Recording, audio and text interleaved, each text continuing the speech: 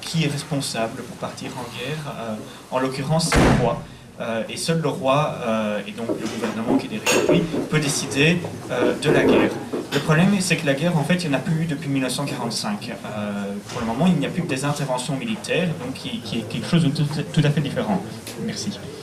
Alors, pour l'idée maintenant est en fait, dans le plaidoyer, ce que nous demandons, c'est d'insérer la question des interventions militaires dans la Constitution, mais également que ces interventions militaires ne puissent se faire qu'avec une autorisation préalable du Parlement.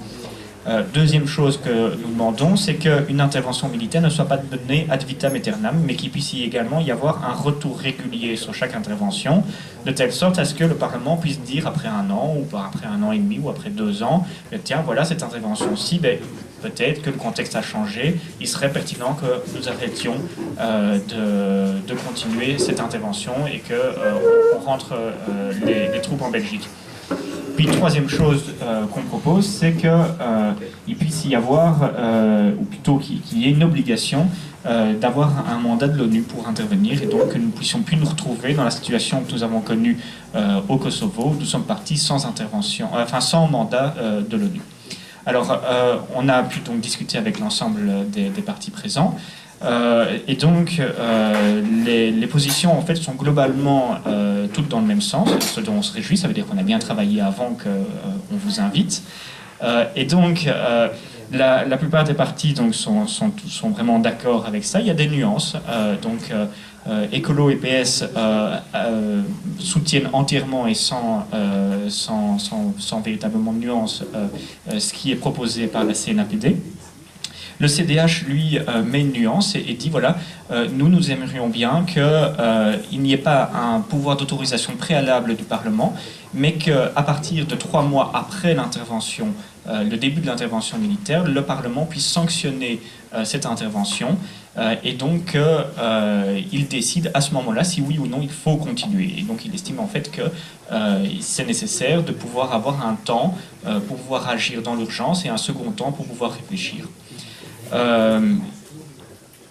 Le CDH, par contre, est d'accord pour dire qu'il y a une nécessité d'avoir un mandat de l'ONU et qu'il est peut-être nécessaire de pouvoir le mentionner dans la Constitution en tant que tel.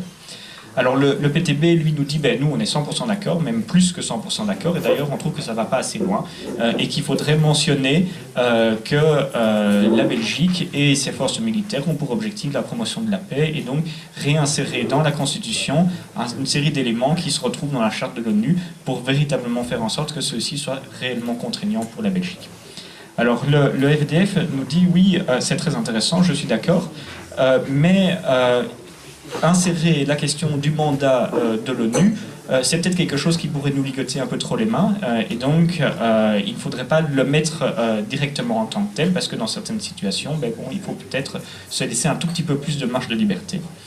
Et le MR nous dit, attention, l'idée est très très bonne, bien entendu il faut avoir un pouvoir d'autorisation préalable, mais dans certaines situations, le Parlement n'a pas des possibilités physiques de se réunir parce qu'on est en vacances, parce qu'il y a ci, il y a ça, et dans ce cas-là, il faut pouvoir prévoir une procédure dans laquelle la Commission défense prenne en charge cette question, et donc il y a une procédure d'urgence dans laquelle la Commission puisse en fait se voir confier le pouvoir de donner l'autorisation ou non. Et l'EMR insiste également sur la question de savoir faut-il ou non pouvoir imposer dans certaines situations le secret et donc imposer aux parlementaires de ne pas divulguer l'ensemble des détails des informations qui sont transmises à ceux-ci. Donc voilà.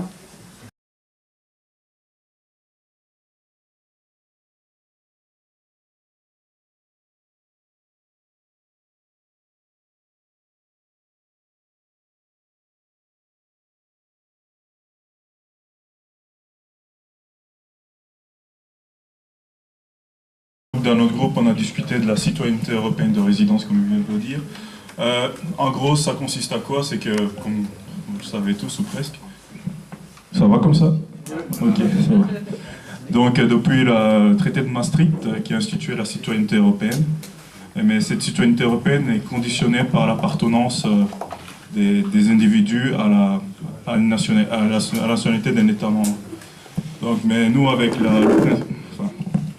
avec ce principe de citoyenneté européenne de résidence, c'est de passer au-delà de ce concept de nationalité et d'octroyer cette citoyenneté européenne sur base de résidence des personnes. Enfin, et donc, dans notre groupe, globalement, c'est bien passé. Et la plupart, moi j'étais le premier surpris, c'est que la plupart des partis politiques étaient plutôt d'accord sur le principe.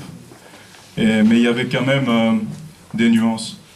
Par exemple, il y avait des partis qui voulaient plutôt, qui étaient pour un parcours d'accueil, qui va vers pour un peu une espèce d'éducation civique, si je me souviens bien.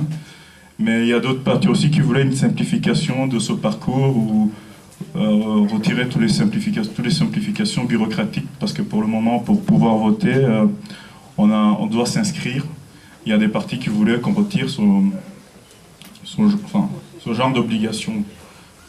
Et alors le débat aussi un peu dévié sur la participation des citoyens au niveau de l'Union européenne. On était tous d'accord pour dire qu'il y avait un déficit démocratique au niveau de l'Union européenne et que souvent c'était par rapport, comment résoudre ce déficit, c'était d'impliquer plus les citoyens, donc ça passait par la transparence. Et aussi, il y en a qui ont aussi proposé une élection. Je crois que c'est Écolo qui a proposé l'élargissement de la circonscription électorale au niveau de tous les Européens, pour permettre à un Belge de pouvoir voter pour un Luxembourgeois. Et aussi, il y a le PTB, la petite touche PTB, c'était de mettre en place l'élection directe de la commission et aussi des membres. Les membres qui composent cette commission, parce qu'ils trouvaient que c'était pas assez démocratique, parce que ces gens-là décident de beaucoup de choses. Voilà, merci.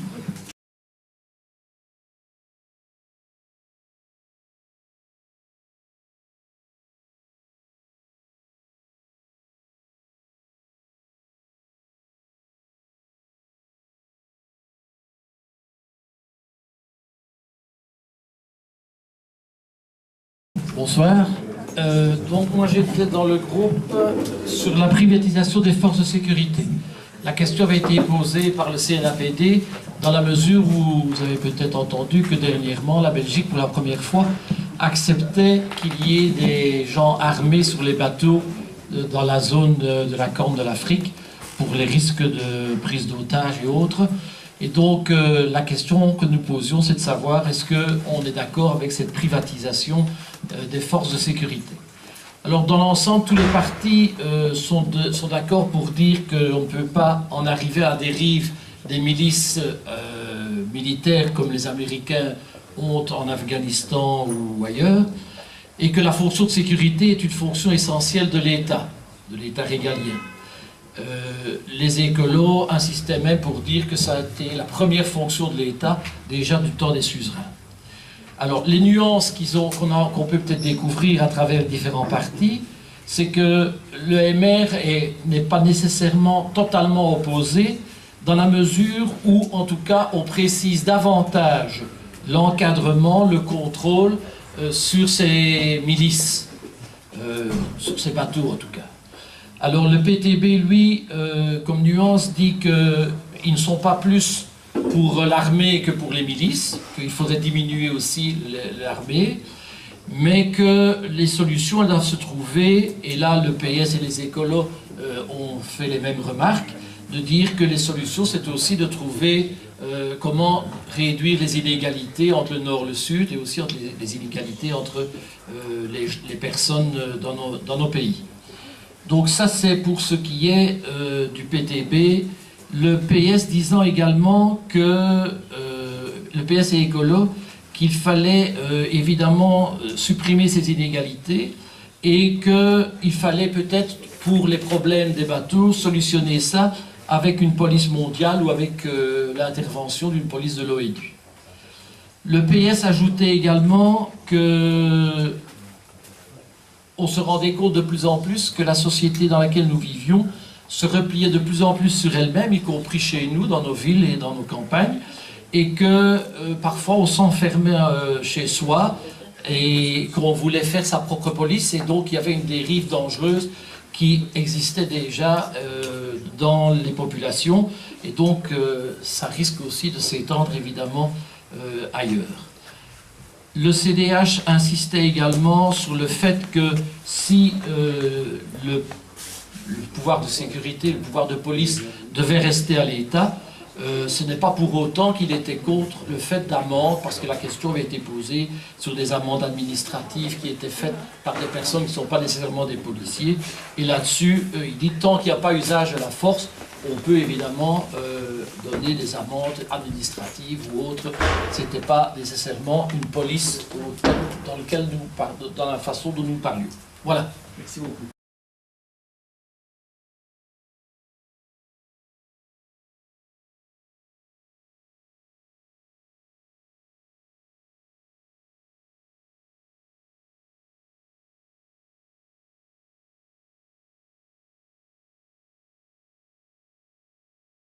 Bonsoir à tous.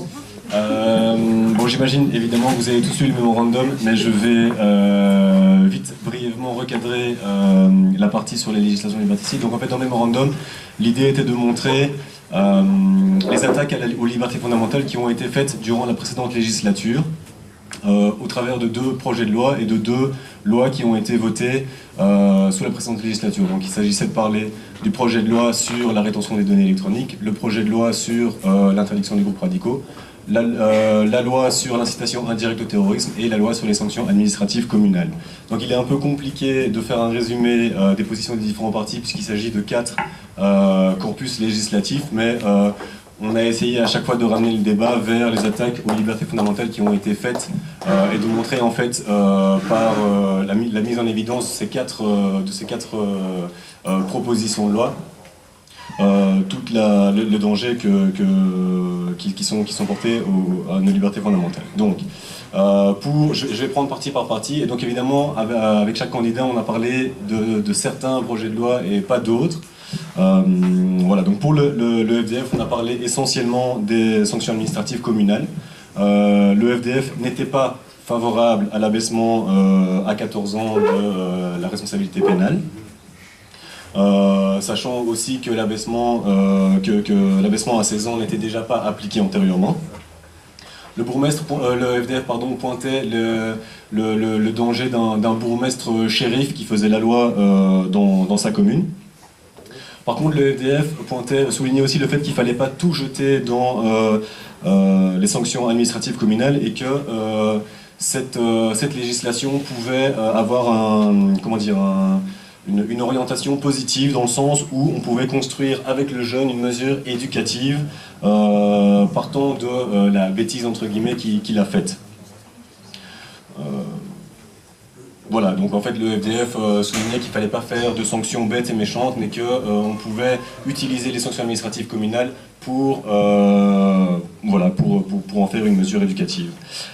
Concernant le MR, donc on a parlé de deux projets de loi. On a parlé de la loi sur l'incitation indirecte au terrorisme et on a parlé du projet de loi qui est en fait une loi sur la rétention des données électroniques. Concernant l'incitation indirecte au terrorisme, donc le MR est contre la loi, même si il a voté pour. Les jeunes, hein, les jeunes. Oui, voilà, on se comprend. C'est pas prendre une table.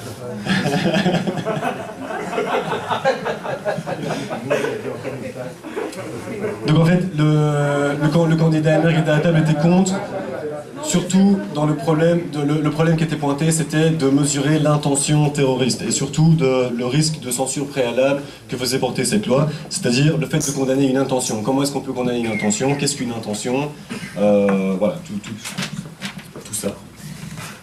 Alors concernant la rétention des données électroniques,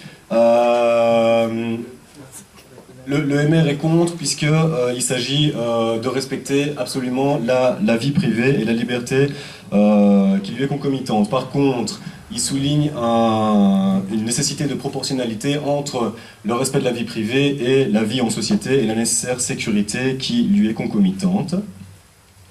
Et par contre, concernant cette loi sur la rétention des données électroniques, le candidat MR nous soulignait le fait qu'elle permettait dans une mesure de moindre mal, d'encadrer les potentielles dérives des opérateurs privés. Alors, ensuite, c'est Ecolo qui est venu à notre table. On a parlé essentiellement des sanctions administratives communales et puis ensuite un petit peu de la loi sur la rétention des données électroniques. Concernant les sanctions administratives communales, donc en fait Ecolo pointait l'inapplicabilité de cette loi, vu aussi le fait que quand la loi était destinée aux jeunes à partir de 16 ans, elle était déjà pas appliquée.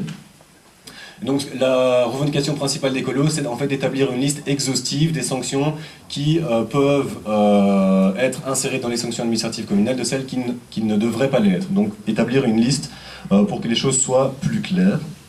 Ecolo pointait concernant la loi sur les données électroniques qu'il était le seul parti à s'y opposer. Oui ? Ok. Le Parti Socialiste, ensuite, donc on a parlé essentiellement des sanctions administratives communales. Le Parti Socialiste souligne le fait qu'il ne faut pas absolument tout rejeter dans les sanctions administratives communales en disant qu'il est légitime que certains délits ressortent du délit administratif et pas d'une procédure judiciaire, et qu'il est important que ça soit ainsi. Voilà, essentiellement, c'est de ça qu'on a parlé. Par contre, et là il y a une difficulté entre le positionnement personnel de la candidate socialiste et le positionnement de son parti pour lequel elle ne s'est pas prononcée. Mais personnellement, la candidate socialiste était également pour l'établissement d'une liste qui fasse la distinction entre ce qui ressort des sanctions administratives communales et de ce qui n'en ressort pas. Concernant le CDH, on a également parlé uniquement à ce moment-là des sanctions administratives communales.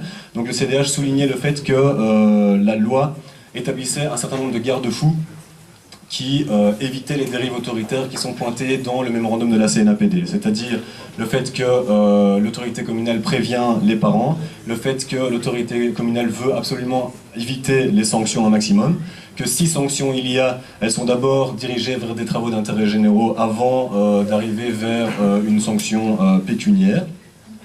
Et aussi le fait que le jeune peut demander l'aide d'un avocat pour sa défense. Le CDH a souligné le fait qu'il était pour l'autonomie communale et que la loi sur les sanctions administratives communales augmentait, élargissait l'autonomie communale. Et alors le CDH a donné toute sa confiance dans la vitalité de la démocratie, vitalité qui devrait permettre d'éviter tout dérapage autoritaire tel qu'elles ont été soulignées dans le mémorandum. Alors on a aussi posé la question au candidat CDH la question de la liste des sanctions administratives communales. Donc le CDH n'est pas pour l'établissement de cette liste puisque il y a le souci d'exhaustivité qui vient s'y opposer. Donc comment est-ce qu'on fait si on a envie de rajouter une sanction administrative, d'en enlever, etc. Donc c'est ça qui est posé comme difficulté pour l'établissement des listes de sanctions administratives communales. Alors concernant le PTB, c'est un peu plus compliqué de faire un résumé puisque on est parti dans une discussion un petit peu plus philosophique, on va dire, concernant la législation liberticide. Mais le PTB souligne l'attaque à la hiérarchie des normes qui est posée dans ces projets de loi et les lois qui sont présentes dans les lois dont on a parlé. Et donc le PTB rappelle qu'il faut essentiellement cibler les actes et pas les intentions de commettre ou d'agir. Et donc plus généralement, le PTB souligne que tout ce corpus législatif en fait attaque non, je vais reformuler en phrase, pardon. En fait, le PTB montre donc en fait, on a montré par ces lois qu'il y a toutes des attaques qui sont faites aux libertés fondamentales. Et qu'en fait, pour s'attaquer véritablement aux délits dont il est question dans ces lois et dans ces projets de loi, il faut en fait revoir profondément l'organisation de notre société, notre système éducatif, etc., pour que la répression n'ait plus lieu d'être. Et qu'il n'y ait plus, en fait, voilà, qu'on ne donne plus du grain à moudre à l'autoritarisme. Voilà, je suis désolé, c'est un petit peu brouillon, mais c'est un peu compliqué de faire le résumé de tout ça. Merci.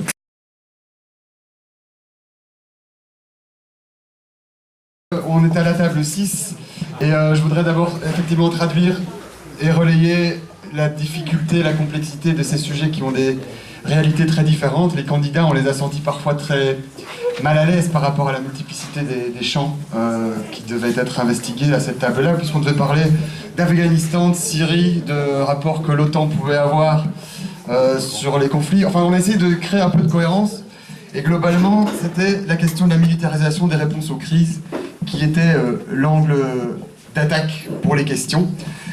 Et là, on a des réponses assez différentes. S'il y a une forme d'unanimité autour de rôles légitimateurs que l'ONU et le Conseil de sécurité, avec la nuance que ce serait peut-être mieux dans l'Assemblée générale, qui est pointée 2-3 fois, et là, il y a quand même, même dans ce cadre légal, des différences fortes, puisque globalement, on aurait, par exemple, par rapport à la Syrie, deux partis qui se sont prononcés assez fermement, voire très fermement, contre toute intervention, même dans un cadre qui serait légalisé au Conseil de sécurité.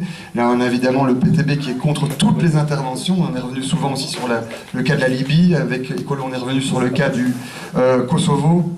En tout cas, contre les interventions. Là où au CDH, certainement, au MR, on se prononçait aussi plus ou moins favorablement à une intervention dans un cadre légitimateur, entre autres en invoquant l'argument de l'humilité de la Belgique dans ce concert international, et avec une distance prononcée par la candidate également par rapport à son parti, mais probablement également le PS, ce qu'on a appris. On a entendu beaucoup utiliser l'argument humanitaire au CDH pour notamment éventuellement justifier une intervention. Mais globalement, aucun des partis ne souhaitait qu'on soutienne par une aide en armement aucun des partis en conflit. Et globalement, une condamnation de toutes les ingérences, et je crois que le mot « toutes » s'appliquait tant au niveau des velléités occidentales de faire des frappes, que par exemple travailler avec Écolo l'influence de la Turquie et le fait que la Belgique a un partenariat de sécurité avec la Turquie qu'elle pourrait activer pour influencer à sa mesure éventuellement la décision de cesser l'armement et le soutien à certains groupes, ou avec un autre candidat, je ne reviens pas comme ça maintenant, on a approfondi avec la candidate du PTB, voilà, les soutiens par exemple indirects via du commerce avec l'Arabie Saoudite, notamment le commerce de l'armement. Donc on a réfléchi avec d'autres sur cette question-là. Je prononce tout de suite, si j'ai pas un argument pour chaque parti, c'est parce qu'en fait, la discussion s'est promenée et qu'il n'y a pas toujours eu l'occasion pour chacun des partis de s'exprimer sur chacun des dossiers. J'essaie de mettre en évidence quelques points saillants. Par exemple sur l'OTAN. Là aussi, on a le CDH, le MR et le PS à demi-mot qui font appel à l'humilité, à la loyauté qu'il y a par rapport à un partenariat militaire avec l'OTAN. On est plus ferme dans la catégorie, dans la légitimité de l'OTAN. Du côté de chez Écolo, on dit qu'il faut sortir de l'OTAN, mais il y a besoin d'un agenda, on ne peut pas le faire du jour au lendemain. Et certainement du côté du PTB. Mais ça c'est plus venu par les jeunesses, j'insiste. Voilà, il y a quand même une unanimité, pour des raisons parfois légèrement différentes, sur la nécessité d'harmoniser au niveau européen une politique de sécurité commune et de défense. Ici, avec la volonté qu'elle soit parfaitement démocratique et qu'elle soit une force pacifique, là, pour faire des économies d'échelle en termes d'armée européenne. Mais en tout cas, il y a une forme d'unanimité pour développer le PSCD. On a des choses le candidat MR a dit, pourquoi pas en voisinage avec l'OTAN. D'autres candidats ne sont pas prononcés sur si le voisinage était possible. On a aussi travaillé vers la Palestine et les relations avec Israël. Globalement, il y a une unanimité, une nuance au PTB, il faudrait revoir le programme, savoir si c'est une solution à 2 États est préconisée ou une solution à 1 État. Globalement, une unanimité, bien sûr, pour 2 États. Sur les frontières de 67, non. Parfois même, la candidate PS nous dit pourquoi pas sur les frontières d'avant 1967, avec comme cadre légal alors 1947. Le MR reconnaîtrait un État palestinien sur les frontières de 1967. Le FDF regrettait surtout l'attentisme et condamne la disproportion des moyens de force que Israël utilise avec une fermeté intéressante. Voilà les points saillants sur la Palestine. Avec ça, on n'a pas sauvé les Palestiniens, mais il y a eu des bonnes interventions. On a parlé beaucoup sur le Congo avec le candidat FDF, essentiellement, qui condamne tout néocolonialisme, qui ne veut pas de clientélisme, qui veut absolument pourtant réinvestir, notamment via l'effort humanitaire. Il veut pousser l'effort de développement au minimum légal, les 0,7% du PIB. Il souhaiterait que ce soit le fait, mais il sort aussi l'idée qu'on puisse conditionner l'aide au développement à certaines garanties démocratiques du régime. Ça, c'est une formulation de son chef. Mais je terminerai aussi avec le FDF qui, sur le Sahara occidental, a pu aussi avoir une position assez forte. Invité par le Maroc, le candidat condamne néanmoins la politique de marocanisation par une politique d'investissement au Sahara occidental.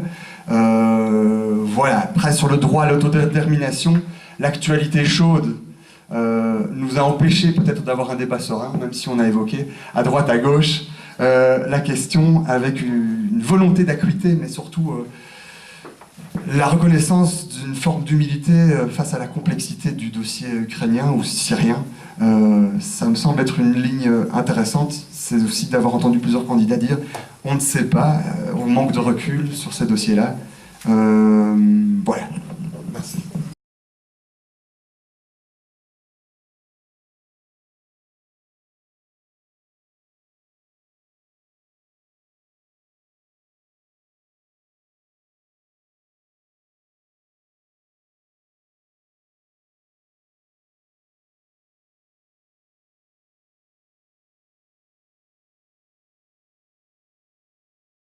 Moi, je parlais du désarmement nucléaire. Enfin, à notre table, on parlait du désarmement nucléaire. Donc, la bonne nouvelle, c'est que tout le monde, tous les partis veulent un monde sans armes nucléaires, sans armes tout court, avec des fleurs et tout, ça c'est très bien. Donc voilà, donc, comme vous le savez, en Belgique, nous n'avons pas d'armes nucléaires à Kleine-Brogel, qu'il ne faut pas moderniser, et que donc il ne faudra pas acheter des F-35 pour adapter ces armes, nos avions à ces armes. Et donc voilà la raison pour laquelle il ne faudra pas négocier forcément avec... Alors la question c'est avec qui. Donc plusieurs partis prônent un retrait unilatéral, enfin en tout cas le départ de ces armes de manière unilatérale, donc essentiellement le PTB et Écolo. Les autres partis sont plus dans un cadre multilatéral. Le PS dit, oui, nous on est pour un cadre unilatéral, seulement si vous nous donnez une majorité avec Écolo, et donc je suppose le PTB. Voilà, mais donc l'EMR, le CDH et le FDF sont plus dans un cadre multilatéral en rappelant l'importance de négocier avec des partenaires qui sont finalement nos alliés aujourd'hui. Le lien avec l'OTAN, c'était assez intéressant parce que le PTB et le FDF se rejoignaient très fort sur le lien très fort que ces armes ont avec notre engagement auprès de l'OTAN, alors que pour le PS notamment, on rappelait que c'est avant tout des accords bilatéraux, enfin essentiellement bilatéraux probablement, parce qu'on ne sait pas quels sont ces accords, mais probablement bilatéraux avec les États-Unis, et que donc on pouvait plus axer là-dessus. D'ailleurs c'est un peu pareil pour Écolo et le CDH qui rappelaient quand même que nos accords sont effectivement avec les États-Unis et non pas forcément au sein de l'OTAN. Le MR rappelle qu'on doit être un partenaire loyal de l'OTAN, donc aussi rejoignez peut-être le PTB et le FDF là-dessus, et que négociation, mais en un cadre multilatéral, pardon. Pour ce qui concerne les F-35 et donc la modernisation de ces armes qui n'existent pas, c'est trop coûteux pour le MR et pour Écolo. Le CDH n'est pas favorable, mais s'il y a un accord, enfin, il n'était pas très sûr de la position du CDH là-dessus. Les autres partis, je me souviens pas trop en avoir discuté, mais je n'oserais pas m'avancer sur leur réponse. Écolo, CDH et PTB demandent qu'il y ait beaucoup plus d'informations au sein du Parlement sur les armes qui seraient présentes. Et je vais quand même préciser qu'on a une proposition innovante qui vient du CDH et que personnellement je n'avais encore jamais entendue. C'est de nommer un ambassadeur à la dénucléarisation qui serait donc chargé de négocier avec les États-Unis au sein de l'OTAN, enfin de négocier avec la majeure partie des partenaires concernés. Voilà.